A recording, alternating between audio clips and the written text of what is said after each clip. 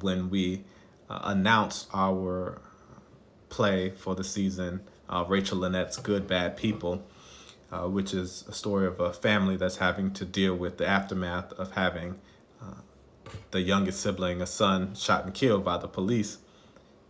I knew that the play was going to be relevant when we started identifying the playwright last summer. I didn't know it was going to be this relevant. I didn't know Ahmaud Arbery was going to be shot and killed by murderers and vigilantes. I didn't know the situation that was happening in Minneapolis was going to happen again. But I'm upset to know that I also knew that it wasn't. That I also knew that it was going to happen again.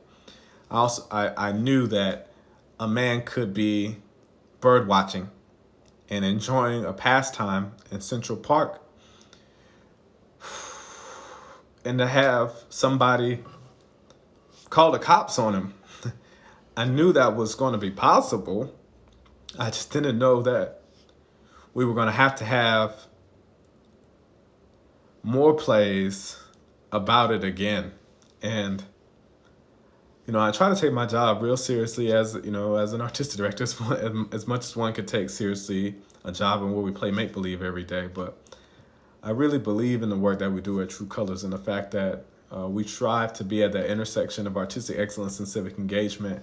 And it feels so imperative for us to try to use our platforms to try to fix it. And I don't know what fix it looks like anymore. I know what talking about it looks like. I know what wanting to respond to a moment looks like.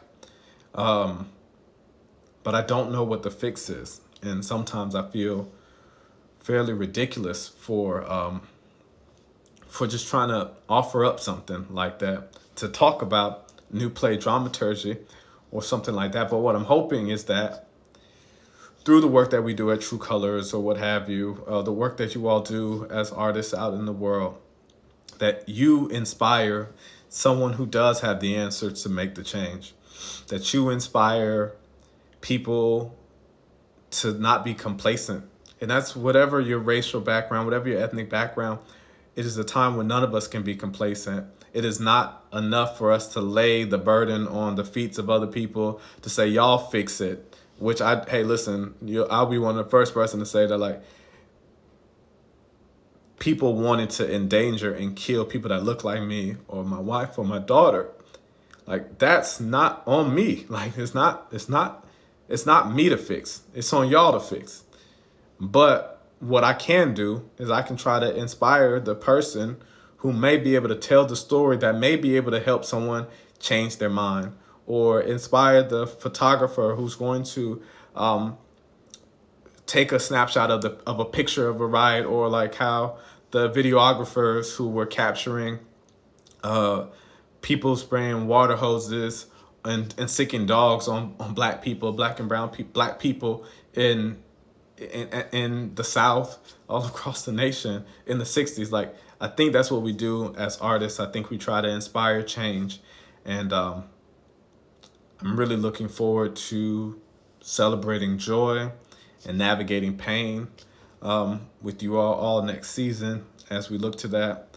I just, again, on a day like today, I'm thankful for the podcast. I'm thankful for an opportunity to just to talk story with you guys, and to try to find a way for some collective healing and move forward, so that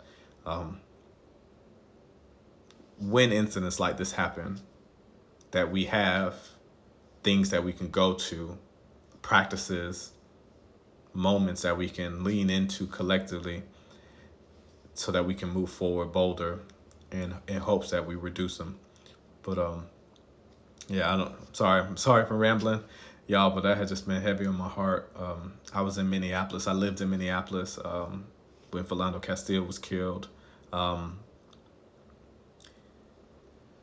And there were a couple other killings that happened on the north side involving police. So that third precinct that y'all see over in Minneapolis that's on the news right now, that's where a lot of the protests are happening.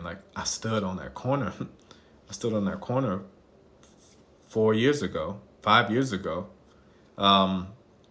I protested and I yelled and I screamed and I marched in solidarity with people, and we held up signs, and black people in allies in the Twin Cities, they stopped the highways, I-94, and we felt like we were doing something, we were making some action. But to have this shit happen again just a couple years later, it's just like, how do we get back here, y'all? How is it that we're back here?